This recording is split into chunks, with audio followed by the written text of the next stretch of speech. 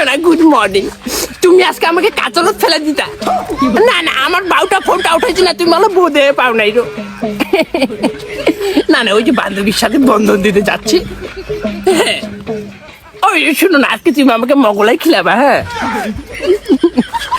ঠিক আছে। আগে মালতী ওই কার নগা করছে গে? হ্যাঁ গে, বাড়ি তো ভাতার আছে, ভাতারের নগদ আমি আও করে না। গোটা আস্তা খানে খেলা গুদুর গুদুর ফুসি ফুসি আর হাঁটুনি খান দেখে হাঁটুনি খানে মানছিটায় আর সাজিয়েছি কষে।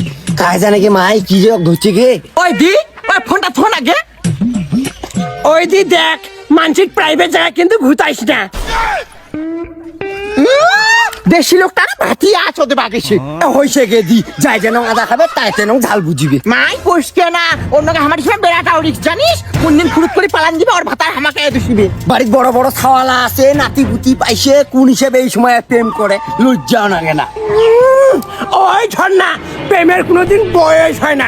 উপরটা আমার বুড়ি হতে পারে, কিন্তু মনটা এখন আমার চেঙ্গেরি আছে। প্রেম হচ্ছে অমর।